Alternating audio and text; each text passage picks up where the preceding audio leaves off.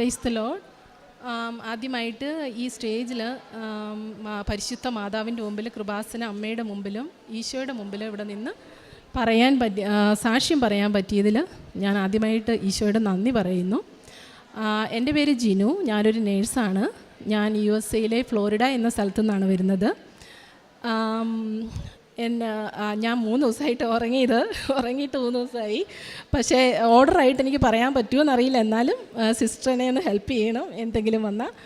അപ്പം എനിക്ക് പറയാനുള്ള, ഞാൻ കൃപാസനത്തെ പറ്റി ആദ്യമായി കേൾക്കുന്ന ഒരു 5-8 വർഷങ്ങൾക്ക് മുമ്പാണ്. എൻ്റെ മമ്മിയുടെ ഇളയ ബ്രദറും ആൻറ്റിയുമാണ് അങ്ങനെ ഒരു കാര്യം പറഞ്ഞത്. അപ്പം ഞാൻ വിചാരിച്ചു അത് നമ്മുടെ പോട്ടയിലൊക്കെ നടക്കുന്ന ഒരു കരിസ്മാറ്റിക് കൺവെൻഷൻ പോലെ ആയിരിക്കും. ഞാൻ അതേപ്പറ്റി കൂടുതൽ നോക്കാൻ നിന്നില്ല. പക്ഷേ അങ്ങനെ എനിക്ക് ജീവിതത്തിൽ വലിയ സ്ട്രഗിളുകളൊന്നും അന്നേരം വന്നിട്ടില്ല.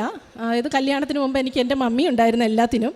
മാതാവിൽ മുറുകെ പിടിച്ചിരുന്ന ഒരാളായിരുന്നു. എന്തിനും മാതാവിനോട് പ്രാർത്ഥിക്കും, ഉപവാസം എടുക്കും, ഞങ്ങളുടെ കാര്യങ്ങൾ നടത്തി തരും. അങ്ങനെ ഞങ്ങൾക്കൊരു സ്ട്രഗിളും വന്നിട്ടില്ല. കല്യാണത്തിന് ശേഷമാണെങ്കിലും എൻ്റെ ഹസ്ബൻഡാണെങ്കിലും നല്ലൊരാളാണ്. പുള്ളി ഒരു കാര്യങ്ങളും എന്നോട് പറയാറില്ല എന്തെങ്കിലും സ്ട്രഗിൾ ഉണ്ടെങ്കിൽ. അപ്പോൾ അതൊന്നും എനിക്കൊരു പ്രശ്നം ഉണ്ടായിട്ടില്ല. പക്ഷേ എനിക്ക് സ്ട്രഗിൾ വരുന്നത് എപ്പോഴാണെന്ന് ചോദിച്ചാൽ, ചെറിയ എല്ലാവർക്കും വരുന്ന പോലെ കാര്യങ്ങൾ എനിക്ക് ഉണ്ടായിട്ടുണ്ട്. അതൊക്കെ പ്രാർത്ഥനകളിൽ കൂടിയും കാര്യങ്ങളെക്കുറിച്ച് ഫൈനാൻഷ്യലായിട്ട് എല്ലാ കുടുംബത്തിലും ഉള്ള പോലെയൊക്കെ തന്നെ. 2011 ഞാനും 10 മാസമുള്ള എൻ്റെ മോനും ഹസ്ബൻഡുമായിട്ട് ഞങ്ങൾ കാനഡയിലേക്ക് മാറി. അവിടെ പെർമനൻറ്റ് റെസിഡൻറ്റ് വിസ കിട്ടി അങ്ങോട്ട് മൂവ് ചെയ്തു. അപ്പോൾ അവിടെ ചെന്നു, ഞങ്ങൾ ജോലിക്ക് കയറി. ഫൈനാൻഷ്യലായിട്ട് പ്രശ്നങ്ങളൊന്നുമില്ല. എന്തെങ്കിലും സ്ട്രഗിൾ ഉണ്ടെങ്കിലും എൻ്റെ ഹസ്ബൻഡ് എന്നോടൊന്നും പറയാറില്ല. അങ്ങനെ വലിയ പ്രശ്നങ്ങളൊന്നും ഇല്ലായിരുന്നു. നല്ല ജോലി ഉണ്ടായിരുന്നു. 2 പേരും വർക്ക് ചെയ്യുമായിരുന്നു. 2 പേരും നേഴ്സുമാരാണ്. അപ്പോൾ അങ്ങനെ പോയി ഒരു 6-7 വർഷം കഴിഞ്ഞപ്പോഴത്തേക്കും അവിടുത്തെ ഒരു വിൻ്റർ എന്ന് പറയുന്ന -40 വരെ വരും. അപ്പോൾ അത് ആദ്യമൊക്കെ ഒരു രസം, മഞ്ഞിൽ കളിക്കുക എന്നൊക്കെ പറഞ്ഞു കഴിഞ്ഞാൽ എല്ലാവരെയും പോലെ ഞങ്ങൾക്കും അതൊരു സന്തോഷമായിരുന്നു. ഭയങ്കര എക്സൈറ്റഡ് ആയിരുന്നു. പക്ഷേ ഒരു 6-7 വർഷം കഴിഞ്ഞപ്പോഴത്തേക്കും അത് ഈ തണുപ്പത്ത് നമ്മൾക്കിപ്പോൾ എവിടെയെങ്കിലും പോകണമെങ്കിൽ ഒരു അരമണിക്കൂർ മുമ്പ് ഒരുങ്ങണം. അതുപോലെ ഭയങ്കര തണുപ്പാണ്, നമുക്ക് ജീവിക്കാൻ പറ്റില്ല. പിന്നീട് ഭാവി ഓർത്തപ്പോൾ, അതായത് ഒരു ഓൾഡ് ഏജ് ആയി കഴിഞ്ഞ് കഴിഞ്ഞാൽ ഒരാൾക്ക് എന്തെങ്കിലും സംഭവിച്ചാൽ മറ്റൊരാൾക്ക് ജീവിക്കാൻ, കൊച്ചുങ്ങൾ പിള്ളേർ മാറിപ്പോവും, പിന്നെ നമ്മൾ തനിച്ചാവും. അതൊക്കെ ഓർത്തപ്പോൾ പേടിയായി. പിന്നെ അവിടുത്തെ ടെമ്പറേച്ചർ ചേഞ്ചസ് കാരണം നമുക്ക് റോഡ് സ്ലിപ്പറി ആയിരിക്കും, നടക്കുമ്പോൾ വീഴും. പിന്നെ ഒരു ദിവസം എനിക്ക് ആക്സിഡൻ്റ് ഉണ്ടായി. ബ്രേക്ക് ചവിട്ടിയപ്പോൾ നിന്നില്ല, വേറെ വണ്ടിക്ക് കയറി ഇടിച്ചു. അപ്പോൾ ആകെ പാടെ സ്ട്രഗിളായി, പേടിയായി, ഡിപ്രഷനായി. എങ്ങനെയെങ്കിലും ആ ഒരു വെതറിൽ നിന്ന് മാറി എവിടെയെങ്കിലും പോകണമെന്ന് ഞാൻ വിചാരിച്ചു. അങ്ങനെ വന്നപ്പോഴാണ് ഞങ്ങൾക്ക് അന്നേരം കനേഡിയൻ സിറ്റിസൺ കിട്ടി. അപ്പോഴാണ് അറിഞ്ഞത് കനേഡിയൻ സിറ്റിസണിന് US പോകാൻ ഒരു TN വിസ എന്ന് പറയുന്നൊരു വിസയുണ്ട്, നമുക്ക് പോകാൻ എളുപ്പമാണെന്ന് പറഞ്ഞു. അപ്പോൾ ഓക്കെ, അപ്പം ഞങ്ങൾ 2 പേരും നേഴ്സുമാരാണ്. അപ്പോൾ 2 പേരും ജോലി ചെയ്താൽ നമുക്ക് അത്യാവശ്യം നല്ല പൈസ കിട്ടും, സ്ട്രഗിളൊന്നും ഉണ്ടാവില്ല, സുഖമായിട്ട് ജീവിക്കാം, നല്ല വെതറാണ്. കേരളത്തിലെ ഒരു അന്തരീക്ഷമാണ് ഫ്ലോറിഡ. ശരിക്കും തെങ്ങും മാങ്ങായി നമുക്കതൊക്കെയല്ലേ വേണ്ടത്. അപ്പം അതിലേക്ക് പോകാമെന്ന് ഞങ്ങൾ ചിന്തിച്ചു. അങ്ങനെ അതിനുവേണ്ടി ട്രൈ ചെയ്തു. അപ്പോൾ അതിന് ട്രൈ ചെയ്യുന്നത് 2019 2019 ഞങ്ങൾ അതിൻ്റെ പേപ്പർ വർക്ക് സ്റ്റാർട്ട് ചെയ്തു, CGFNS ത്രൂ. അപ്പോൾ TN വിസയുടെ റിക്വയർമെൻ്റ് എന്ന് പറയുന്ന വിസ സ്ക്രീനിങ് ഉണ്ട്. അപ്പോൾ വിസ സ്ക്രീനിങ്ങിൽ നമുക്കതിൽ നേഴ്സിംഗ് പഠിച്ചത് ഇന്ത്യയിലായതുകൊണ്ടും അവിടെ ലാംഗ്വേജ്, ഫസ്റ്റ് ലാംഗ്വേജ് ഇംഗ്ലീഷ് അല്ലാത്തതിൻ്റെ പേരിലും അവിടെ ലാംഗ്വേജ് വേണമായിരുന്നു. അപ്പോൾ റിക്വയർമെൻറ്റിൽ ഒന്നതായിരുന്നു, IELTS എന്നായിരുന്നു പറഞ്ഞത്. അപ്പോൾ ഈ IELTS എന്ന് പറയുന്നത് എനിക്ക് വെറുപ്പുള്ളൊരു കാര്യമായിരുന്നു. എനിക്ക് ഒരിക്കലും എഴുതേണ്ട അവസ്ഥയും ഉണ്ടായിട്ടില്ല. കാരണം നേഴ്സിംഗ് പഠിച്ച സമയം പോലെ എല്ലാവരും IELTS എഴുതുന്നില്ല എന്ന് ചോദിക്കും. ഞാൻ പറയില്ല. അപ്പോൾ എൻ്റെ ഫ്രണ്ട്സ് പറഞ്ഞു, ഇത് ഭയങ്കര പാടാണ്, നമുക്ക് എഴുതിയാൽ കിട്ടുമെന്നൊന്നും അറിയില്ല. അപ്പോൾ ഇതിനോടൊരു വെറുപ്പായിപ്പോയി. അപ്പോൾ ഈ സമയത്ത് എനിക്കിതില്ലാതെ പറ്റത്തുമില്ല. അപ്പോൾ ഞാൻ ഓർത്തു, എൻ്റെ ദൈവമേ. അപ്പോൾ എൻ്റെ ഹസ്ബൻഡ് പറഞ്ഞു, ഇല്ല നിനക്ക് കിട്ടും, ഇത്രയും നാളായിട്ട് നീ ഇവിടെ വർക്ക് ചെയ്യുന്നതല്ലേ, നിനക്ക് നന്നായിട്ട് സംസാരിക്കാൻ അറിയാം, പക്ഷേ സ്പീക്കിംഗ് മാത്രം പോരല്ലോ. അപ്പോൾ അതിനകത്ത് റീഡിംഗ് ഉണ്ട്, റൈറ്റിംഗ് ഉണ്ട്. എൻ്റെ അന്നത്തെ സമയത്ത് പഠിച്ച ആൾക്കാരുടെ എനിക്ക് തോന്നുന്ന ഗ്രാമറിനൊന്നും എൻ്റെ അത്ര നല്ലതൊന്നുമല്ല. അപ്പോൾ എനിക്ക് പേടിയായി. IELTS കിട്ടില്ല എന്നുള്ളതുകൊണ്ട് അത് എഴുതാനും എനിക്ക് പേടി. പക്ഷേ അതില്ലാതെ വർക്ക് ചെയ്യാനോ ഈ വിസ കിട്ടത്തോ ഇല്ല. അപ്പോൾ അങ്ങനെ ഹസ്ബൻഡ് പറഞ്ഞു, പറ്റില്ല, അത് കിട്ടിയേ പറ്റുള്ളൂ, നമുക്ക് 2 പേർക്കും ജോലിയില്ലാതെ അങ്ങോട്ട് പോകാൻ പറ്റില്ല. അപ്പോൾ ഞാൻ ഓർത്തു, എൻ്റെ ദൈവമേ, എനിക്കിനി ഫ്ലോറിഡയ്ക്ക് പോകാൻ പറ്റില്ലേ. ഒരു ഭയങ്കര ആഗ്രഹമായിരുന്നു അങ്ങോട്ട് മൂവ് ചെയ്യണം. എൻ്റെ ഹസ്ബൻഡ് ഒരു ഡ്രീമായിരുന്നു. കല്യാണത്തിന് മുമ്പ് തന്നെ പുള്ളി ഒന്ന് ഇത് അപ്ലൈ ചെയ്തിരുന്നു. അപ്പോൾ ഇനി ഞാൻ കാരണം പുള്ളിയുടെ ആ സ്വപ്നം കൂടെ നടക്കില്ലല്ലോ എന്നോർത്ത് ഞാൻ ദൈവത്തോട് പ്രാർത്ഥിച്ചു. അങ്ങനെ ഓഗസ്റ്റിൽ അപ്പോൾ എൻ്റെ ഫ്രണ്ട്സ് പറഞ്ഞു, എടി ഞങ്ങൾക്കൊക്കെ OET UK അതാകുമ്പോൾ നമ്മുടെ റിലേറ്റഡാണ്, നഴ്സിംഗ് റിലേറ്റഡാണ്, നമുക്കത് എഴുതാൻ എളുപ്പമാണ്. കാരണം അങ്ങനെയുള്ള കാര്യങ്ങളാണ് അതിനകത്ത് വരുന്നത്. അപ്പോൾ ഞാൻ ഓർത്തു, അയ്യോ OET ആയിരുന്നേ നല്ലതായിരുന്നല്ലോ എന്ന്. അപ്പോൾ ഞാൻ ദൈവത്തോട് പ്രാർത്ഥിച്ചു, ദൈവമേ ഇനി ഞാനിത് ഡ്രോപ്പ് ചെയ്യണമല്ലോ, എൻ്റെ ഹസ്ബൻഡിന് ഒരു വിഷമമാവും, എന്താ ഞാൻ ചെയ്യേണ്ടത്? അപ്പോൾ ആ മാസം തന്നെ എൻ്റെ ഫ്രണ്ട്സ് എന്നെ വിളിച്ചു പറഞ്ഞു, എടി ഇതുപോലെ US ഈ ഓഗസ്റ്റ് മുതൽ OET സ്റ്റാർട്ട് ചെയ്യുക. എനിക്ക് ഒത്തിരി സന്തോഷമായി. എൻ്റെ ദൈവമേ എനിക്ക് വിധിച്ചതായിരിക്കും, ഞങ്ങൾക്ക് പോകാൻ പറ്റൂല. അങ്ങനെ ഞാൻ OET ട്രൈ ചെയ്യാമെന്ന് വെച്ചു. അപ്പോൾ OETക്ക് ഡേറ്റ് എടുത്തു. അപ്പോൾ ആ സമയത്ത് തന്നെ എൻ്റെ ഹസ്ബൻഡ് റിക്വയർമെൻ്റ് എല്ലാം കംപ്ലീറ്റ് ആയി. പുള്ളി IELTS എഴുതി. അപ്പോൾ ഈ വിസ സ്ക്രീനിങ് കിട്ടി, പുള്ളിക്ക് വിസയും അടിച്ചു. പക്ഷേ എനിക്ക് ഈ എക്സാം എഴുതണം. അപ്പോൾ ഞാൻ പെട്ടെന്ന് OET അല്ലേ, എന്നെക്കൊണ്ട് പറ്റും. അപ്പം ഇത് നഴ്സിംഗ് റിലേറ്റഡാണ്, എനിക്കിത് തകർക്കാമെന്ന് ഞാൻ കരുതി. പക്ഷേ അവിടെ എന്നെ കുഴപ്പമെന്ന് വെച്ചാൽ അവിടെ എല്ലാവരും കമ്പ്യൂട്ടറൈസ്ഡ് ടെസ്റ്റുകൾ എഴുതുന്നവരാണ്. അപ്പോൾ എനിക്കാണെങ്കിൽ ടൈപ്പിങ്ങിൽ ഫാസ്റ്റ് അല്ല. ഈ എക്സാമിന് ടൈപ്പിങ്ങിൽ ഫാസ്റ്റ് ആയിരിക്കണം. എത്ര ഇൻ്റലിജൻ്റ് ആണെന്ന് പറഞ്ഞാലും ടൈപ്പിംഗ് ചെയ്യാൻ പറ്റില്ല, കമ്പ്യൂട്ടറൈസ്ഡ് എക്സാം പാസ്സാവില്ല. പക്ഷേ രണ്ടും കൽപ്പിച്ച് ഇത് എങ്ങനെയാണെന്ന് അറിയാമല്ലോ എന്ന് വിചാരിച്ച് ഞാൻ ഓർത്ത് ഞാൻ എഴുതിയേക്കാം. അങ്ങനെ പോയി ഞാൻ കമ്പ്യൂട്ടറൈസ്ഡ് എക്സാം എഴുതി. അപ്പം എഴുതി പകുതി ആയപ്പോഴത്തേക്കും ഭയങ്കര ടെൻഷനായി തുടങ്ങി. സമയം പോകുന്നു, കംപ്ലീറ്റ് ചെയ്യാൻ പറ്റുന്നില്ല. റൈറ്റിങ്ങിൻ്റെ സെക്ഷൻ വന്നപ്പം എനിക്ക് കറക്റ്റായിട്ട് ചെയ്യാൻ പറ്റുന്നില്ല. പക്ഷേ എങ്കിലും എനിക്ക് പറ്റുന്ന പോലെയെല്ലാം ഞാൻ ചെയ്തു. അപ്പം റിസൾട്ട് വന്നു. റൈറ്റിംഗ് റീഡിങ്ങിനും US സ്കോറിന് 10 points കുറവ്. അപ്പോൾ എനിക്ക് ആകെപ്പാടെ വിഷമമായി. അപ്പം അത് കഴിഞ്ഞപ്പോഴത്തേക്ക് ഹസ്ബൻഡിന് വിസ അടിച്ചു, പോകണം, ജോയിനിങ് ഡേറ്റ് കിട്ടി. എനിക്കും ഇൻ്റർവ്യൂ കഴിഞ്ഞു, ജോബ് ഓഫർ ലെറ്റർ കിട്ടി. എനിക്ക് എക്സാം പാസ്സായേ പറ്റുള്ളൂ. അപ്പോഴാണ് ഞാൻ ഓർത്തു, എൻ്റെ ദൈവമേ എനിക്ക് എന്തുകൊണ്ടാണ് ഇങ്ങനെ സംഭവിക്കുന്നത്? അപ്പോൾ എനിക്ക് മനസ്സിലായി, ഈ കുറേ നാളുകളായിട്ട് സീരിയലുകളും സിനിമകളിലും ഒക്കെ അഡിക്റ്റായിരുന്നു ഞാൻ. ഇംഗ്ലീഷ് സീരീസ് കണ്ടു കഴിഞ്ഞാൽ കുരിശ് വരയ്ക്കാനൊന്നും പോകത്തില്ല. പിള്ളേരാണെങ്കിലും പറയും തന്നെ പ്രെയർ ചെല്ലിക്കോ, സെൽഫ് പ്രെയർ ചെല്ലിയിട്ട് പോയി കിടന്നോളാൻ പറയും. ഞാൻ ഇതൊരു സീസൺ കംപ്ലീറ്റ് ആകാതെ ഞാൻ എഴുന്നേറ്റ് പോകാറില്ല. പള്ളിയിൽ പോയാലും പിള്ളേർക്ക് വേദപാഠം ഉണ്ടല്ലോ എന്നോർത്ത് അങ്ങനെ പോയി.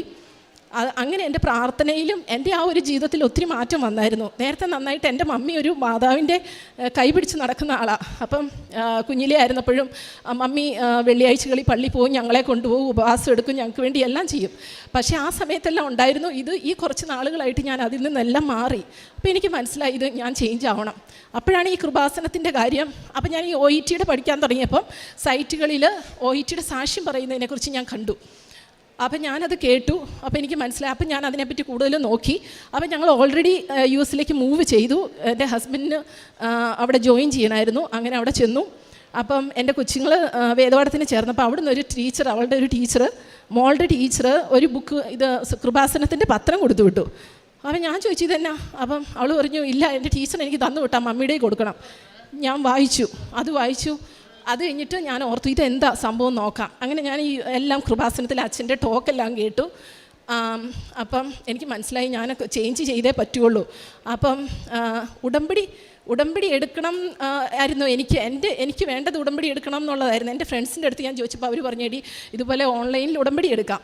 ഞാൻ നോക്കിയപ്പോൾ എനിക്കത് ചെയ്യാൻ പറ്റുന്നില്ല. ഞാനിവിടെ കുറേ പ്രാവശ്യം വിളിച്ച് ഫോൺ ചെയ്തു, ട്രൈ ചെയ്തു, ആരും ഫോൺ എടുക്കുന്നില്ല. അപ്പോൾ ഞാൻ ഓർത്ത് എന്ത് ചെയ്യാം? അപ്പോൾ അവർ പറഞ്ഞു ഒരു കാര്യം ചെയ്യുക, നീ ലൈറ്റ് ക്യാൻഡിൽ പ്രെയർ റിക്വസ്റ്റ് ഇട്, എന്നിട്ട് അതിനകത്ത് കുറേ കാര്യങ്ങൾ പറയുന്നുണ്ട്, അതുപോലെ നിനക്ക് മാക്സിമം ചെയ്യണം, നീ ചേഞ്ച് ആവണം, നിനക്ക് രാവിലെ എഴുന്നേക്കണം, നീ പ്രാർത്ഥിക്കണം, നിന്നെക്കൊണ്ട് പറ്റുന്ന കാര്യങ്ങളൊക്കെ ചെയ്യണം. യൂസിലാണ് കാരുണ്യ പ്രവൃത്തികളൊക്കെ. അങ്ങനെ നമ്മൾ പോയി ആരുടെയും ഓൾഡ് ഏജ് ഹോമിൽ പോകും, അങ്ങനെയൊന്നും ചെയ്യാൻ പറ്റില്ല. ഒന്നാമത് ഞാൻ ഡിപ്പെൻഡ് വിസേൻ്റെ ആളാണ്. അവിടെ ഒരു RN-ൻ്റെ രജിസ്ട്രേഷൻ എനിക്ക് കിട്ടിയിട്ടില്ല. അങ്ങനെ കിട്ടിയാൽ മാത്രമേ എനിക്ക് അങ്ങനെയൊക്കെ ചെയ്യാൻ പറ്റുള്ളൂ. ഞാൻ ഓർത്ത് ഇതൊക്കെ എങ്ങനെ ഞാൻ ചെയ്യും? എന്നാലും ലൈറ്റ് ക്യാൻഡിൽ പ്രയർ റിക്വസ്റ്റ് ഞാൻ ഇട്ടു. അതിനുശേഷം ഞാൻ വീണ്ടും OETയുടെ ഡേറ്റ് എടുത്തു. അപ്പോൾ OETയുടെ ഡേറ്റ് എടുത്തു. ഒരു 2 മാസം നന്നായിട്ട് പ്രാർത്ഥിച്ചു. ഡിസംബർ 2022 ഞാൻ OET റിക്വസ്റ്റ് ഇടുന്നത്. അതിനുശേഷം ഞാൻ എല്ലാ ദിവസവും രാവിലെ എഴുന്നേറ്റ് പ്രാർത്ഥിക്കും. എന്നെക്കൊണ്ട് പറ്റാവുന്ന കാര്യങ്ങൾ ഫൈനാൻഷ്യലായിട്ട് ചെയ്യുന്ന, അതുപോലെ NCLEX RN. അതിനിടയ്ക്ക് അത് ഞാൻ പറയാൻ വിട്ടു. അപ്പോൾ ഇതിലേക്ക് വരണമെങ്കിൽ നമ്മൾ NCLEX RN എഴുതണം. അതും എന്നെ സംബന്ധിച്ചോളം ഞാൻ പണ്ടൊക്കെ വിചാരിച്ചിരിക്കുന്ന അയ്യോ ഒത്തിരി പഠിക്കുന്ന കൊച്ചുങ്ങൾക്കുള്ളതായിരിക്കും, ഈ NCLEX RN ഒന്നും എന്നെക്കൊണ്ട് എഴുതാൻ പറ്റിയില്ല.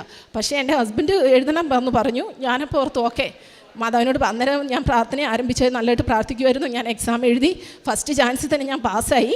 അപ്പം അതായിരുന്നു ഒരു റിക്വയർമെൻറ്റ്. ആ സമയത്തൊക്കെ ഞാൻ പ്രാർത്ഥന ആരംഭിച്ചായിരുന്നു. അത് കഴിഞ്ഞിട്ട് ഈ പ്രെയർ റിക്വസ്റ്റ് ഇട്ട് കഴിഞ്ഞ് OETയുടെ ഡേറ്റ് എടുത്തു. അപ്പം എഴുതാൻ പോയി എക്സാം. നന്നായിട്ട് പ്രാർത്ഥിച്ചു. എല്ലാ ദിവസവും അച്ഛൻ്റെ ടോക്ക് കേൾക്കുമായിരുന്നു. ചൊവ്വാഴ്ച പല കാര്യങ്ങളിലും സംശയങ്ങൾ എനിക്കുണ്ടായിരുന്നു, എല്ലാം തീർന്നത്. ഞാൻ അന്ന് എടുക്കുമ്പോൾ ചൊവ്വാഴ്ചയിലെ അച്ഛൻ്റെ ഉടമ്പടി അന്നത്തെ ദിവസത്തെ ആ ടോക്ക് കേൾക്കുമ്പോൾ എനിക്കുള്ളൊരു ആൻസർ പോലെയാണ് ഞാനത് കണ്ടിരുന്നത്. അതുപോലെ തന്നെ അപ്പം ഞാൻ ഓർത്തു, ആദ്യമൊക്കെ ചില സമയത്ത് സ്ട്രഗിൾ വരുമ്പോൾ ഇതൊക്കെ ശരിയാണോ നേരാണോ എന്നൊക്കെ ഞാൻ ഓർത്തു. പക്ഷേ പല കാര്യങ്ങളിലും ദൈവം എനിക്കത് തെളിയിച്ച് തന്നു. ഞാൻ OIT എക്സാം എഴുതാൻ പോയി, പക്ഷേ ഞാൻ ഓർത്തത് കിട്ടുമെന്ന് തന്നെ. പക്ഷേ അതിൻ്റെ റിസൾട്ട് വന്നു. OIT ഒരു കുഴപ്പം എന്നാന്ന് ചോദിച്ചാൽ എഴുതി കഴിഞ്ഞാൽ 1 മാസം എടുക്കുക അതിൻ്റെ റിസൾട്ട് വരാൻ. അപ്പോൾ എൻ്റെ ജോബ് ഓഫർ തന്നത് അതിൻ്റെ ഡേറ്റ് കഴിയാൻ പോകും. അപ്പം ഞാൻ പ്രാർത്ഥിച്ചു, എൻ്റെ ദൈവമേ എനിക്ക് എങ്ങനെയെങ്കിലും ഇത് കിട്ടണം. അപ്പം അങ്ങനെ എൻ്റെ ഒരു ഫ്രണ്ട് എൻ്റെ കൂടെ എഴുതിയായിരുന്നു, അവളുടെ ക്ലിയറായി റിസൾട്ട് വന്നു. എനിക്ക് കഴിഞ്ഞ പ്രാവശ്യത്തെ ഉണ്ടായിരുന്നത് റൈറ്റിങ്ങിൽ എനിക്ക് അപ്രാവശ്യം 10 പോയിൻ്റ് കുറവ് US സ്കോറിനേക്കാളും. അപ്പോൾ അവർ ഓഫർ വിഡ്രോ ചെയ്യും. പിന്നെ വീണ്ടും ഞാൻ ഇൻ്റർവ്യൂ അറ്റൻഡ് ചെയ്യണം.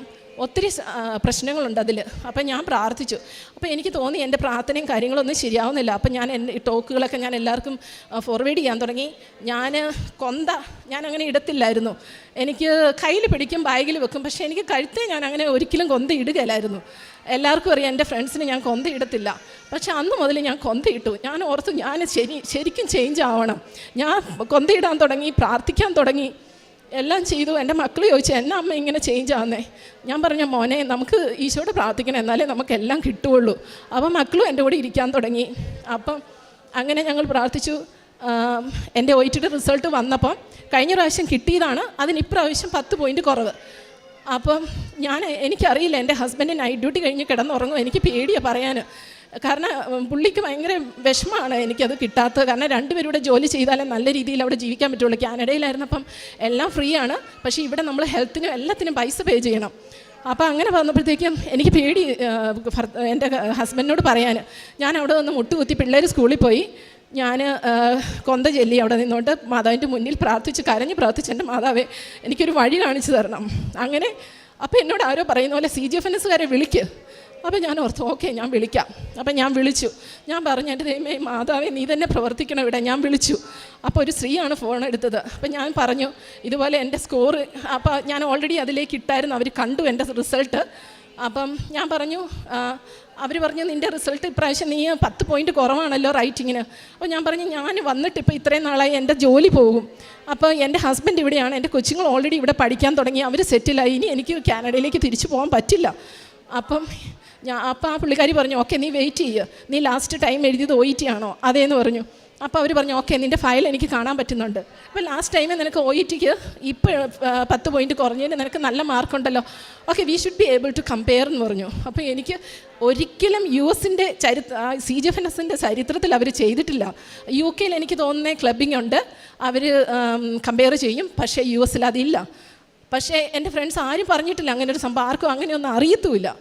അപ്പോൾ അവരെന്നോട് പറഞ്ഞു, നിൻ്റേത് മിക്കവാറും ഞങ്ങൾക്കത് അപ്രൂവ് ചെയ്യാൻ പറ്റുമായിരിക്കും. അപ്പോൾ പറഞ്ഞു, നീ വെയിറ്റ് ചെയ്യുക, അതിനൊരു സ്പെഷ്യൽ ഡെസ്ക്കാണ് അവർ കൈകാര്യം ചെയ്യുന്നത്. ഞങ്ങൾ അവരോട് ചോദിച്ചിട്ട് ഞാൻ നിനക്കൊരു മെയിൽ അയക്കാം. അപ്പോൾ CGFNS എനിക്കറിയാം, ആൾക്കാരെങ്കിലുമൊക്കെ അപ്ലൈ ചെയ്തവരുണ്ടെങ്കിൽ അവർക്കറിയാം ഇത് എത്ര ലേറ്റ് ആകുന്ന ഒരു കാര്യമാണെന്ന്. കുറഞ്ഞത് ഒരു മാക്സിമം എന്ന് പറയുന്ന 24 hours കഴിയാതെ അവർ റിപ്ലൈ നമുക്ക് മെയിൽ അയക്കില്ല. അങ്ങനെ പക്ഷേ അന്നേരം തന്നെ ഞാൻ വീണ്ടും മുട്ടുകുത്തി ഞാൻ മാതാവിനോട് കൊന്ത ചൊല്ലി ഞാൻ പ്രാർത്ഥിച്ചു. അപ്പോൾ എൻ്റെ ഫോണിലൊരു മെസ്സേജ് വന്നു. അതിൻ്റെ റിംഗ് ടോൺ ഞാൻ കേട്ടു, പക്ഷേ ഞാൻ നോക്കിയില്ല. കാരണം എനിക്കറിയാം ഇതിപ്പോൾ ഒന്നും അവർ റിപ്ലൈ ചെയ്യാൻ പോകുന്നില്ല. പക്ഷേ ഞാൻ ഞാൻ മുഴുവൻ കംപ്ലീറ്റ് ചെയ്തതിന് ശേഷം ഞാൻ എടുത്തു നോക്കി. അവരെനിക്ക് മെസ്സേജ് വിട്ടിരിക്കുക, നീ ക്ലിയറായി, നിൻ്റെ വിസ സ്ക്രീനിങ് ഇഷ്യൂ ചെയ്യുവാന്ന്. എനിക്കതൊരു ഭയങ്കര എന്താ പറയുന്നത്, ദൈവത്തിനോട് ഞാൻ പറഞ്ഞു, ഇത് നേരാണോ, ഇതൊക്കെ സത്യമാണോ? ആണെങ്കിൽ എനിക്കൊരു ഇത് എനിക്കിന്ന്. കാരണം നാളെ എനിക്ക് അതിനൊരു മെസ്സേജ് തന്നാൽ മതി. അപ്പോൾ എനിക്കറിയാം ഇത് നാളെയാ ഏറ്റവും അടുത്ത ദിവസം വരാൻ ചാൻസ് ഉള്ളൂ. പക്ഷേ അത് അന്ന് തന്നെ എനിക്ക് കിട്ടി. എനിക്ക് ഭയങ്കര സന്തോഷമായി. ഞാൻ എൻ്റെ ഫ്രണ്ട്സിനോടെല്ലാം പറഞ്ഞു, എല്ലാവരോടും പറഞ്ഞു, കൃപാസന മാതാവ് സത്യമുള്ളവളാണ്, നിങ്ങളെല്ലാം പ്രാർത്ഥിക്കുക, എന്ത് സ്ട്രഗിൾ വന്നാലും നിങ്ങൾ പ്രാർത്ഥിക്കുക. എന്തെല്ലാം തടസ്സങ്ങൾ വന്നു, നിങ്ങൾക്ക് മരിക്കാൻ തോന്നുമായിരിക്കും, നിങ്ങൾക്ക് വിഷമങ്ങൾ ഉണ്ടാവുമായിരിക്കും, പക്ഷേ പിന്തിരിയരുത്, പ്രാർത്ഥിച്ചാൽ മാതാവ് നമ്മളെ കൈവിടില്ല, അതെനിക്ക് ഉറപ്പായി. അങ്ങനെ എൻ്റെ വിസ സ്ക്രീനിങ് സർട്ടിഫിക്കറ്റ് അവർ ഇഷ്യൂ ചെയ്തു. കുറഞ്ഞത് 2 weeks എടുക്കുന്ന സർട്ടിഫിക്കറ്റ് ഒരാഴ്ച കഴിഞ്ഞപ്പോൾ ഞങ്ങളുടെ വീട്ടിൽ വന്നു. പിന്നെ എൻ്റെ ഉള്ള റിക്വയർമെൻ്റ് എന്ന് പറഞ്ഞാൽ ഞാൻ വിസ അടിക്കുക എന്നുള്ളതാണ്. അപ്പോൾ വിസ അടിക്കാൻ വേണ്ടി ഈ വിസ സ്ക്രീനിങ് വേണം, എൻ്റെ ലൈസൻസ് വേണം. എനിക്ക് ഇല്ലിനോയ്സിൽ ആദ്യം ലൈസൻസ് ഉണ്ട്, അത് ഫ്ലോറിഡയിലേക്ക് മാറ്റണമെങ്കിൽ വിസ അടിച്ച് സിൻ നമ്പർ കിട്ടിയാലേ ഫ്ലോറിഡക്കാർ ലൈസൻസ് തരുള്ളൂ. അപ്പോൾ വിസ അടിക്കാൻ ചെല്ലുമ്പം മേ ബി ആ ഓഫീസർമാർ ചോദിക്കാൻ നിൻ്റെ ഫ്ലോറിഡ ലൈസൻസ് എന്ത് ചെയ്യുന്നു, എന്നാലേ അവരെനിക്ക് വിസ അടിക്കുകയുള്ളൂ. പക്ഷേ അവിടുത്തെ ഓഫീസർമാരെ ഡിപ്പെൻഡ് ചെയ്തിരിക്കും നമ്മളോട് അവർ എന്ത് ചോദിക്കും എന്നുള്ളത്. അപ്പോൾ അവിടെ ചെന്നു, ഞങ്ങൾ വിസ അടിക്കാൻ പോയി. ഞാനും എൻ്റെ ഹസ്ബൻഡും കൂടിയാണ് പോയത്. അപ്പോൾ ഒന്നെങ്കിൽ നമ്മൾ ബോർഡറിൽ പോകണം, അല്ലെങ്കിൽ എയർപോർട്ടിൽ പോകണം. അപ്പോൾ ഞങ്ങൾ കനേഡിയൻസ് ആയതുകൊണ്ട് ഞങ്ങൾ കനേഡിയൻ എയർപോർട്ടിൽ പോയി. ഹോംലാൻഡ് സെക്യൂരിറ്റി ഓഫീസർ ഞങ്ങളെ വിളിച്ചുകൊണ്ട് പോയി വിസയ്ക്കാന്ന് പറഞ്ഞു. അവിടെ പോയി ഇരുന്നു. അപ്പം ഞാൻ പ്രാർത്ഥിച്ചു, എൻ്റെ ദൈവമേ എനിക്ക് അന്ന് രാവിലെ ഞാനൊരു അച്ഛൻ്റെ ടോക്ക് കേട്ടു. അതിൻ്റെ താഴെ വേറൊരു മെസ്സേജ് ഞാൻ കണ്ടു, ഇന്ന് നിനക്കായി ഒരു അത്ഭുതം പ്രവർത്തിക്കുമെന്ന്. അപ്പോൾ തന്നെ ഞാൻ വിശ്വസിച്ചു, ഓക്കെ എനിക്കിത് സംഭവിക്കും. ഞാൻ മനസ്സിലോർത്തു, എനിക്ക് വിഷമങ്ങളെല്ലാം മാറി. ഞാൻ എന്നും രാവിലെ പ്രത്യക്ഷീകരണ പ്രാർത്ഥന ചെല്ലുന്ന ഞാൻ ആ പേപ്പറെ നോക്കിയില്ല. എനിക്ക് അച്ഛൻ്റെ ആ വീഡിയോ കാണാനാണ് ഇഷ്ടം. അച്ഛൻ പറയുന്നത് ഏറ്റാ ഞാൻ പറയുന്നത് എന്നും. അപ്പോൾ രാവിലെ എൻ്റെ ഹസ്ബൻഡ് ചോദിച്ചു, നീ എന്തിനാ ഇത്ര നേരത്തെ കേൾക്കുന്നത്? അപ്പം ഞാൻ പറഞ്ഞിട്ടില്ല പുള്ളിയോട് ഇതൊന്നും. അപ്പോൾ ഞാൻ രാവിലെ എഴുന്നേറ്റു, അച്ഛൻ്റെ വീഡിയോ വെച്ചു, ഞാൻ ഇയർഫോൺ വെച്ച് മുട്ടുകുത്തിന്ന് ഈ പ്രത്യക്ഷീകരണ പ്രാർത്ഥന ചെല്ലും. അപ്പോൾ എന്നോട് ഹസ്ബൻഡ് എഴുന്നേറ്റോട് ചോദിച്ചു, പുള്ളി ഒരിക്കലും കണ്ടിട്ടില്ല, നൈറ്റ് ഡ്യൂട്ടി ചെയ്യുന്ന ആളായതുകൊണ്ട് പുള്ളി ഒരിക്കലും ഇത് കണ്ടിട്ടില്ല. അപ്പോൾ നീ എന്ത് ചെയ്യാം? ഞാൻ പറഞ്ഞു, ഞാൻ പ്രാർത്ഥിക്കുക, എനിക്കിത് വിസയെ അടിക്കും, എനിക്ക് ഉറപ്പാന്ന് പറഞ്ഞു. ആണോ, ഓക്കെ, എന്നാ അതിൻ്റെ കാര്യം? ഞാൻ പറഞ്ഞു, കൃപാസന അമ്മയുടെ ഇതുണ്ട്, ഞാൻ ഉടമ്പടി എടുത്തിട്ടുണ്ട്, എനിക്കിത് കിട്ടും. അപ്പം ഞാൻ ഈ താഴെ വേറൊരു അച്ഛൻ്റെ ആയിരുന്നു, മാത്യു എന്തോ സംതിങ്, എനിക്ക് പേര് ഞാൻ ഓർക്കുന്നില്ല. അച്ഛനാണ് അതിനകത്ത് ഇന്ന് നിനക്കൊരു അത്ഭുതം സംഭവിക്കുമെന്ന്. അത് അന്നത്തെ എന്തോ 31 ദിവസത്തെ ഒരു നിയോഗ പ്രാർത്ഥനയായിരുന്നു അത്. അപ്പോൾ അത് കേട്ടു. അച്ഛൻ്റെ ടോക്ക് മേളിൽ കിടപ്പുണ്ടായിരുന്നു, അതും കേട്ടു. അപ്പം ഞാൻ ഓർത്തു, ഓക്കെ ഇന്ന് ഞാൻ പോകുക. അപ്പം ഞാൻ അവിടെ ചെന്നു, വിസ ഓഫീസിൽ ചെന്നു. അവരെന്നെ അകത്തേക്ക് വിളിച്ചുകൊണ്ട് പോയി പേപ്പറെല്ലാം എടുത്തു. അവസാനം ആ പുള്ളി പറഞ്ഞു, ഓക്കെ നിൻ്റെ എല്ലാ പേപ്പറും റിക്വയർമെൻ്റ് എല്ലാം നീ മീറ്റ് ചെയ്തിട്ടുണ്ട്, പക്ഷേ ഒരു സാധനം മിസ്സിങ്ങാണ്. ഞാൻ ചോദിച്ചു, എന്താ സാർ? ഞങ്ങളുടെ പേരിൽ ഈ വിസ ഓഫീസറിൻ്റെ പേരിൽ അഡ്രസ്സ് ചെയ്തുകൊണ്ട് നിൻ്റെ എംപ്ലോയർ ഒരു ലെറ്റർ ഞങ്ങൾക്ക് തരണമെന്ന് പറഞ്ഞു. അപ്പം ഞാൻ ചോദിച്ചു, എങ്ങനത്തെ ലെറ്ററാണ്? പറഞ്ഞു, TN വിസ എന്ന് പറയുന്നത് കനേഡിയൻസിനുള്ളതാണ്. കനേഡിയൻസിനും മെക്സിക്കൻസിനും മാത്രം US കൊടുക്കുന്ന വിസയാണ്. അത് സ്കിൽഡ് വർക്കേഴ്സിന്. അപ്പം എംപ്ലോയർ നിങ്ങൾക്ക് അത് 3 വർഷത്തേക്കാണ് അവർ തരുന്നത്. അപ്പം ആ ഉദ്യോഗസ്ഥൻ എന്നോട് പറഞ്ഞു, നിനക്ക് അവരൊരു ലെറ്റർ അഡ്രസ്സ് ചെയ്തുകൊണ്ട്, വിസ ഓഫീസറിൻ്റെ അഡ്രസ്സ് ചെയ്തുകൊണ്ട് എഴുതണ അവർ തരണമായിരുന്നു. സാധാരണ അങ്ങനെ ചോദിക്കുന്നതല്ല. എൻ്റെ ഫ്രണ്ട് അതിന് മുമ്പ് പോയി പുള്ളിയോട് ചോദിച്ചില്ല, അത് അവിടെ ഇരിക്കുന്ന ഓഫീസറിനെ ഡിപ്പെൻഡ് ചെയ്തിരിക്കും. അങ്ങനെ എനിക്ക് ഭയങ്കര വിഷമമായി. പക്ഷേ ഞാൻ ഓർത്തു, ഇല്ല ഇന്നപ്പം ഞാൻ മനസ്സിൽ പറയാം, നിനക്കായിട്ട് ഇന്നൊരു അത്ഭുതം സംഭവിക്കും. ഞാൻ പ്രത്യക്ഷീകരണ പ്രാർത്ഥന എഴുതി. പക്ഷേ പെണ്ണുങ്ങളല്ലേ, എനിക്ക് പെട്ടെന്ന് പാനിക്കാവുന്ന ആളാണ്. ഞാൻ പറഞ്ഞു, നോ സാർ, എൻ്റെ ഹസ്ബൻഡിന് ഇങ്ങനെ ചോദിച്ചില്ലല്ലോ. അപ്പോൾ അയാൾക്കത് ഇഷ്ടമായില്ല. കാരണം നമ്മളൊരു ഹോംലാൻഡ് സെക്യൂരിറ്റി എന്ന് പറഞ്ഞത് അവരോട് നമ്മളൊന്നും ചോദിക്കാനോ പാടില്ല. പ്രത്യേകിച്ച് ഇന്ത്യൻസ് തിരിച്ച് സംസാരിക്കുന്നവർക്ക് ഇഷ്ടമില്ലെന്ന് എനിക്ക് തോന്നി. അങ്ങനെ പല സ്റ്റോറിയും ഞാൻ കേട്ടിട്ടുണ്ട്. പക്ഷേ എൻ്റെ ഒരു ക്യാരക്ടർ വെച്ച് ഞാൻ ചോദ്യം ചെയ്യുന്ന ഒരാളാണ്. ഞാൻ ചോദിച്ചു, സാർ എൻ്റെ ഹസ്ബൻഡിന് കിട്ടി, എൻ്റെ ഫ്രണ്ട്സിന് കിട്ടി, അവരോട് ആരോടും ഈ ഒരു ക്വസ്റ്റ്യൻ ചോദിച്ചില്ല. അപ്പം എൻ്റെ ഹസ്ബൻഡ് അവിടെ ഇരിക്കുക. അപ്പം ഹസ്ബൻഡിന് മനസ്സിലായി, എൻ്റെ ക്യാരക്ടർ അറിയാവുന്നതുകൊണ്ട് പുള്ളി എഴുന്നേറ്റ് വന്നു, എന്നോട് പറഞ്ഞു, കം ഡൗൺ എന്ന് പറഞ്ഞു, ഞാൻ സംസാരിക്കാം. അപ്പോൾ എനിക്ക് മനസ്സിലായി, ഓക്കെ ഞാൻ ഇവിടെ ഇതായിട്ടേ പറ്റുള്ളൂ. പക്ഷേ ഞാൻ മനസ്സിൽ പറഞ്ഞു, എൻ്റെ അമ്മ എന്നെ സഹായിക്കും, എനിക്ക് കിട്ടും. അപ്പോൾ ഞാൻ ഒന്നും മിണ്ടാതെ ഞാൻ പുറകിൽ പോയിരുന്നു. അപ്പോൾ എൻ്റെ ഹസ്ബൻഡ് ഇതേ വിസയിൽ വന്ന ആളാണ്. പുള്ളി പറഞ്ഞു, ഞാൻ സെയിം ഹോസ്പിറ്റലിൽ TN വിസയിൽ വർക്ക് ചെയ്യുന്ന ഒരാളാണ്. എന്താ സാർ പ്രശ്നം? പറഞ്ഞു, ഇതുപോലെ അഡ്രസ്സ് ചെയ്തുകൊണ്ട് exam. Okay, I can understand, ഞാനത് ചെയ്യാം. എന്ത് ലെറ്ററാണ് വേണ്ടത്? ഓക്കെ ഞാനത് ചെയ്യാമെന്ന് പറഞ്ഞു. അവർ കാമായി. അപ്പോൾ തന്നെ പുള്ളി വന്നിരുന്നു. ഞാൻ പറഞ്ഞു എൻ്റെ ഹസ്ബൻഡോട്, തലേ ദിവസം ഞാനിത് അടിക്കാൻ പോകുന്നതിന് മുമ്പ് തന്നെ എൻ്റെ ഹ്യൂമൻ റിസോഴ്സ് മാനേജറിൻ്റെ അടുത്ത് സംസാരിച്ചു. അവരോട് ഞാൻ പറഞ്ഞു, മേ ബി അവർ കൺഫർമേഷന് വേണ്ടി നിങ്ങളെ വിളിക്കും, അപ്പം മാനേജർ വേണം അത് സംസാരിക്കാൻ. അപ്പോൾ അവരെനിക്ക് തിരിച്ച് മെയിൽ അയച്ചു, സോറി ഞാൻ ഇവിടെ എവേ ആയിരിക്കും, ഞാൻ ഓഫീസിലുണ്ടാവില്ലല്ലോ, പകരം ഞാൻ 2 പേരുടെ നമ്പർ തരാം, എൻ്റെ കോവർക്കേഴ്സാണ്, നീ അവരെ വിളിച്ചാൽ മതി. പക്ഷേ കോവർക്കേഴ്സിന് ഒന്നും ചെയ്യാൻ പറ്റില്ല ഇതിൽ.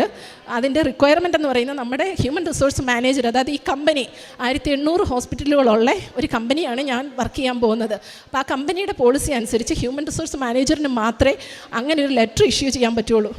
എനിക്ക് മനസ്സിലായി ഇത് നടക്കുമോ. പിന്നെ ഞാൻ ഓർക്കും, ഇല്ല ഇത് നടക്കും, എനിക്കായിട്ട് ഇത് ഇന്ന് നടക്കും. അപ്പം ഹസ്ബൻഡ് പറഞ്ഞു, ഞാൻ വെയിറ്റ് ചെയ്യാം. അപ്പോൾ ആ ഓഫീസർ പറഞ്ഞ്, ഞാൻ 11:30 വരെയാണ് വർക്ക് ചെയ്യുന്നത്, അതിനുള്ളിൽ എനിക്ക് ഈ ലെറ്റർ വന്നാൽ നിനക്ക് വിസ അടിച്ചു തരും. അതല്ലെങ്കിൽ ഒരു ഓപ്ഷനുണ്ട്, നീ തിരിച്ചു പോവുക, അടിച്ചുകൊണ്ട് തിരിച്ചു വരിക, അതല്ലെങ്കിൽ ഇവരുടെ എന്തെന്ന് നീ എനിക്ക് ലെറ്റർ താ. ഓക്കെ, ഹസ്ബൻഡ് പറഞ്ഞു ഓക്കെ. അപ്പോൾ ഹസ്ബൻഡ് ഓൾറെഡി അവിടെ വർക്ക് ചെയ്യുന്നതുകൊണ്ട് ആൾക്കാരെ അറിയാം. പുള്ളി അവിടെയുള്ള കോർഡിനേറ്ററിന് മെയിൽ അയച്ചു. അപ്പോൾ പുള്ളി പറഞ്ഞു, ഒരിക്കലും അങ്ങനെ കൊടുക്കാത്തതാണ്, അതും അവർ 3 വർഷത്തേക്ക് ഗ്യാരണ്ടി പറഞ്ഞ് കൊടുക്കില്ല. കാരണം ഇൻ്റർനാഷണൽ നേഴ്സസിനെ അവർ ഹയർ ചെയ്ത് കഴിഞ്ഞാൽ അവർക്ക് നമ്മളെ അറിയില്ല. അതുകൊണ്ട് അവരെന്താ ചെയ്യുന്നതെന്ന് വെച്ചാൽ അവർ എൻഡ് ഡേറ്റ് തരത്തില്ല, സ്റ്റാർട്ടിംഗ് ഡേറ്റ് മാത്രമേ പറയുള്ളൂ. കാരണം നമ്മൾ എന്തെങ്കിലും യൂണിയൻ തുടങ്ങി അവരെ ക്വസ്റ്റ്യൻ ചെയ്താലോ അപ്പോൾ അവർക്ക് ടെർമിനേറ്റ് ചെയ്യാനുള്ള ഓപ്ഷൻ ഇല്ല. അതുകൊണ്ട് അവരങ്ങനെ ഒരു ലെറ്റർ എനിക്ക് ഇഷ്യൂ ചെയ്യത്തില്ല. പക്ഷേ അപ്പോൾ പെട്ടെന്ന് ഹസ്ബൻഡ് ഇവർക്ക് മെയിൽ അയച്ചു. അപ്പോൾ അവിടുന്ന് അപ്പം തന്നെ 5 മിനിറ്റിനുള്ളിൽ അയാൾ തിരിച്ച് റിപ്ലൈ ചെയ്തു, ഏത് ടൈപ്പ് ലെറ്റർ നിനക്ക് വേണ്ടേ? പറഞ്ഞു എൻ്റെ വൈഫ് ജിനുവിന് വേണ്ടിയാണ്, എനിക്ക് ഇങ്ങനെ ഒരു ലെറ്റർ വേണേ. അപ്പോൾ ആ ഓഫീസർ പറഞ്ഞു 11:30 ഞാൻ എൻ്റെ ജോലി കഴിയും, പക്ഷേ 11:20 എനിക്ക് ഹാൻഡ് ഓവർ കൊടുക്കണം, എത്രയും പെട്ടെന്ന് ചെയ്യാൻ. 2 മിനിറ്റ്സിനുള്ളിൽ ഞാൻ അവിടെ ഇരുന്ന് ഞാൻ പ്രതിഷീകരണ പ്രാർത്ഥനയും എൻ്റെ മാതാവിനെ വിളിച്ച് ഞാൻ കരഞ്ഞ് പ്രാർത്ഥിച്ചു, എൻ്റെ മാതാവെ നീ അത്ഭുതം പ്രവർത്തിക്കുക. 5 മിനിറ്റിനുള്ളിൽ എനിക്ക് അവർ മെയിൽ അയച്ചു. ആ മെയിൽ അവർക്ക് കിട്ടി. സമയമില്ലാത്തതിൻ്റെ പേരിൽ ഹസ്ബൻഡ് ചാറ്റ് ചെയ്ത് അത് മൊത്തത്തിലൂടെയാണ്. അങ്ങനെ എനിക്ക് അവർ പറഞ്ഞു ഓക്കെ എല്ലാം കംപ്ലീറ്റ് ആയി, നിനക്ക് വിസ അടിച്ചു തരാം. അങ്ങനെ എനിക്ക് വിസ കിട്ടി. എൻ്റെ മാതാവിന്, എൻ്റെ ഈശോയ്ക്ക് ഞാൻ അതിന് നന്ദി പറയാം. അപ്പോൾ അതും കഴിഞ്ഞു. അപ്പം ഞാൻ ഓർത്തു എല്ലാം എനിക്ക് തികഞ്ഞു, ഇനിയൊന്നുമില്ല, ഇനി എനിക്ക് ജോലിക്ക് കയറാമല്ലോ. അപ്പോഴാണ് അടുത്ത ഇഷ്യൂ വരുന്നത്. അപ്പോൾ എൻ്റെ രണ്ടാമത് ലൈറ്റ് ക്യാൻഡിൽ പ്രെയർ റിക്വസ്റ്റ് ഇട്ടിരുന്ന അതിൻ്റെ സമയവും കഴിഞ്ഞു.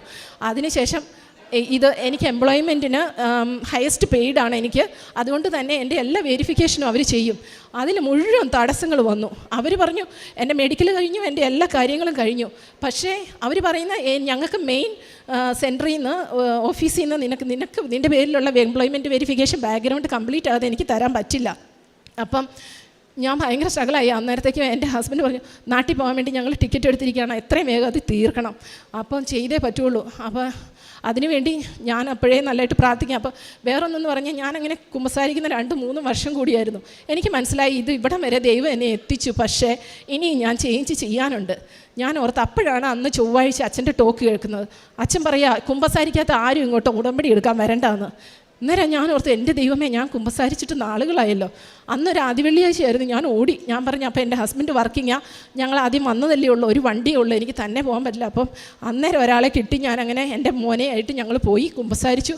ജീവിതത്തിൽ ആദ്യമായിട്ടാണ് ഞാൻ അങ്ങനെ കുമ്പസാരിക്കുന്നത്. ഞാൻ സാധാരണ എനിക്ക് ആകെ 3 ഇതേ ഞാൻ പറയാറുള്ളൂ. എനിക്ക് തോന്നുന്നത് എല്ലാവരും അങ്ങനെ തന്നെ. ഞാൻ അങ്ങനെയായിരുന്നു. ഞാൻ 3 തെറ്റുകളെ ഞാൻ ചോദിക്കുന്നത്, ഞാൻ എന്ത് തെറ്റാണ് ചെയ്തിരിക്കുന്നത്? പക്ഷെ അന്ന് എനിക്ക് മനസ്സിലായി ഞാൻ അങ്ങനെയല്ല കുമ്പസാരിക്കേണ്ടത്. ഞാൻ അന്ന് ഹൃദയം തുറന്ന് ഞാൻ കുമ്പസാരിച്ചു. അന്ന് ഞാൻ കുമ്പസാരിച്ച് കഴിഞ്ഞ് ഇറങ്ങിയപ്പോൾ എനിക്ക് മനസ്സിലായി എനിക്ക് എൻ്റെ ഹൃദയത്തിനൊരു ശാന്തതയായിരുന്നു അന്ന്. പിന്നെ ഞാൻ ഫേസ്ബുക്ക് അതുപോലെയുള്ള സോഷ്യൽ മീഡിയയിലെല്ലാം ആക്റ്റീവായിരുന്നു.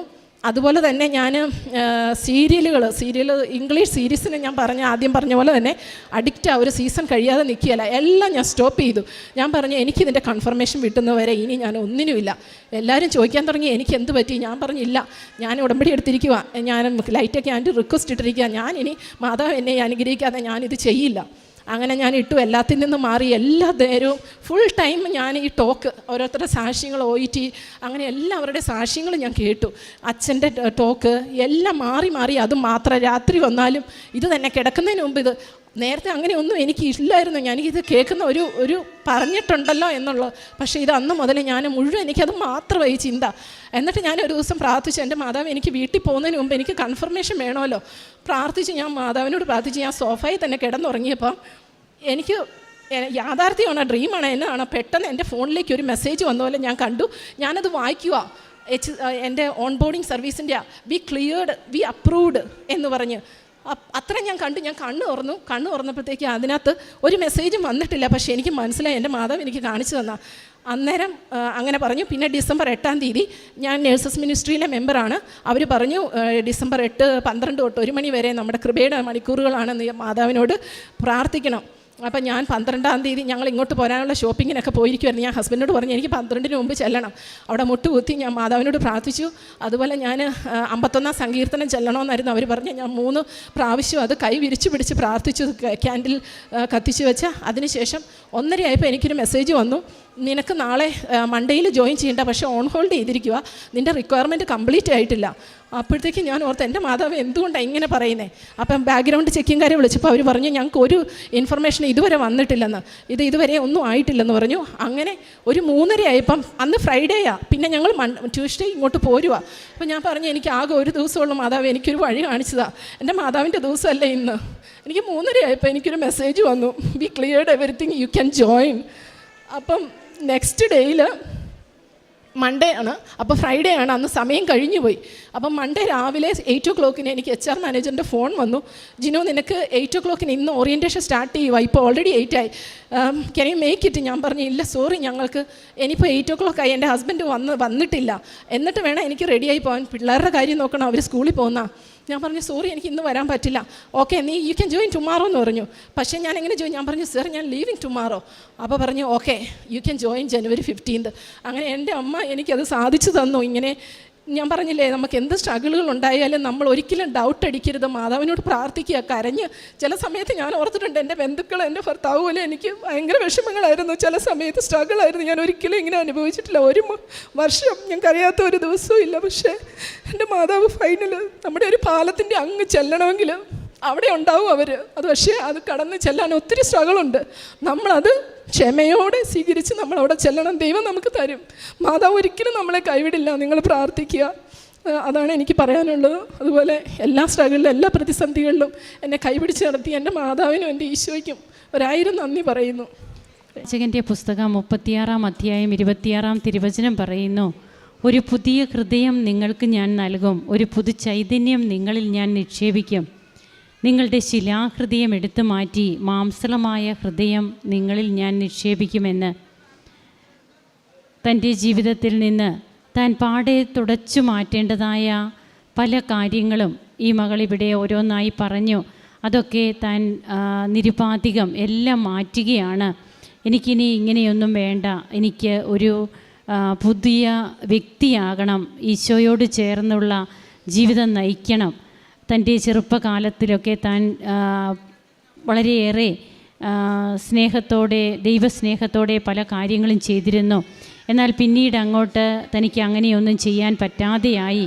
ഇനി എനിക്ക് ഇങ്ങനെ പോയാൽ പോരാ എന്നുള്ള ഒരു ചിന്തയിൽ ഈ മകള് പിന്നീട് ഒരു വിശുദ്ധ കുമ്പസാരം നടത്തുന്നതും, അത് വർഷങ്ങൾ കൂടി, കുറച്ച് നാളുകൾ കൂടിയിട്ടാണ് അങ്ങനെ ഒരു കുമ്പസാരത്തിനൊക്കെ തയ്യാറാകുന്നതെന്നാണ് നാം കേട്ടത്. ജീവിതത്തിൽ തനിക്ക് മാറ്റേണ്ട കാര്യങ്ങളൊക്കെ മാറ്റുമ്പോൾ എങ്ങനെയാണ് ഈ മകൾക്ക് ഒരു പ്രോബ്ലം തന്നെയായി മാറിയിരുന്ന വിസ സ്ക്രീനിങ് സർട്ടിഫിക്കറ്റും അതുപോലെ USA വിസ കിട്ടാനും ജോലി തടസ്സങ്ങളൊക്കെ മാറുന്നത് എന്നുള്ളതാണ് നാം കേട്ടത്.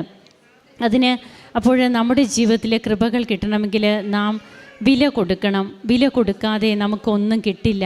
നാം കൊടുക്കേണ്ട വില അത് നമ്മുടെ തന്നെ ജീവിതത്തിലെ പാടെ മാറ്റേണ്ട പലതുമായിരിക്കാം. അല്ലെങ്കിൽ കുറച്ചുകൂടി ദൈവസ്നേഹത്തോടെ എങ്ങനെ നമുക്ക് ജീവിക്കാൻ സാധിക്കും എന്നുള്ള ഒരു ബോധ്യങ്ങളൊക്കെ നമ്മിലുണ്ടായിട്ട് അതനുസരിച്ച് ജീവിതത്തെ തന്നെ ആകെ കുലുക്കി ജീവിതത്തെ വീണ്ടും പുനർജീവിപ്പിക്കുന്ന ഒരു രീതിയിലേക്ക് വരുന്നതായിരിക്കാം. ചവിട്ടി തേഞ്ഞ വഴികളിലൂടെയല്ലാതെ പുതിയ വഴികളിലൂടെയുള്ള ഒരു യാത്ര, അതാണ് ഉടമ്പടി നമ്മെ ഓർമ്മിപ്പിക്കുക. അതിനാണ് ഉടമ്പടി ജീവിതം ഓരോ വ്യക്തികളും നയിച്ച് ഇവിടെ വന്ന് സാക്ഷ്യം പറയാനാകുന്നത് അങ്ങനെയുള്ള വ്യക്തികൾക്കാണ്. നാം പഴയപടി തന്നെ ആയിരുന്നാൽ നമുക്ക് ജീവിതത്തിൽ യാതൊന്നും ലഭിക്കില്ല. ദൈവത്തെ കൊണ്ട് നിറയണമെങ്കിൽ നാം തന്നെ അതിനു വേണ്ട തീരുമാനമെടുക്കണം. ദൈവം നമുക്ക് സ്വാതന്ത്ര്യം തന്നിട്ടുണ്ട്. ഏത് മാർഗം വേണമെങ്കിലും നമുക്ക് സ്വീകരിക്കാം. നല്ല മാർഗം തിരഞ്ഞെടുക്കേണ്ടത് നാമാണ്. ഉടമ്പടി നമ്മെ അതിന് സഹായിക്കുന്ന ഏറ്റവും നല്ല, ഏറ്റവും ശ്രേഷ്ഠമായ ഒരു പ്രാർത്ഥനയും പ്രവർത്തനവുമാണ്. അത് നമുക്ക് മറന്നു പോകാതിരിക്കാം. ഈ മകൾക്ക് ലഭിച്ച, അതായത് ഇത് light A candle prayer request മാത്രമാണ്. അതിലൂടെ ഈ മകൾക്ക് ലഭിച്ച എല്ലാ കൃപകൾക്കും കരങ്ങളടിച്ച് നമുക്ക് ഈശോയ്ക്കും അമ്മയ്ക്കും നന്ദി പറയാം. യേശുവേ നന്ദി, യേശുവേ സ്തുതി, യേശുവേ ആരാധന. അത്യപൂർവ ദൈവാനുഭവങ്ങൾ ഇനി നിങ്ങൾക്കും സ്വന്തം. ഈ യൂട്യൂബ് ചാനൽ ഇതുവരെ സബ്സ്ക്രൈബ് ചെയ്തിട്ടില്ലെങ്കിൽ ഇപ്പോൾ തന്നെ സബ്സ്ക്രൈബ് ചെയ്യുക. ഈ വീഡിയോ ഇപ്പോൾ തന്നെ നിങ്ങളുടെ സുഹൃത്തുക്കൾക്ക് ഷെയർ ചെയ്തുകൊണ്ട് കർത്താവിൻ്റെ പ്രേക്ഷിതരാകുക.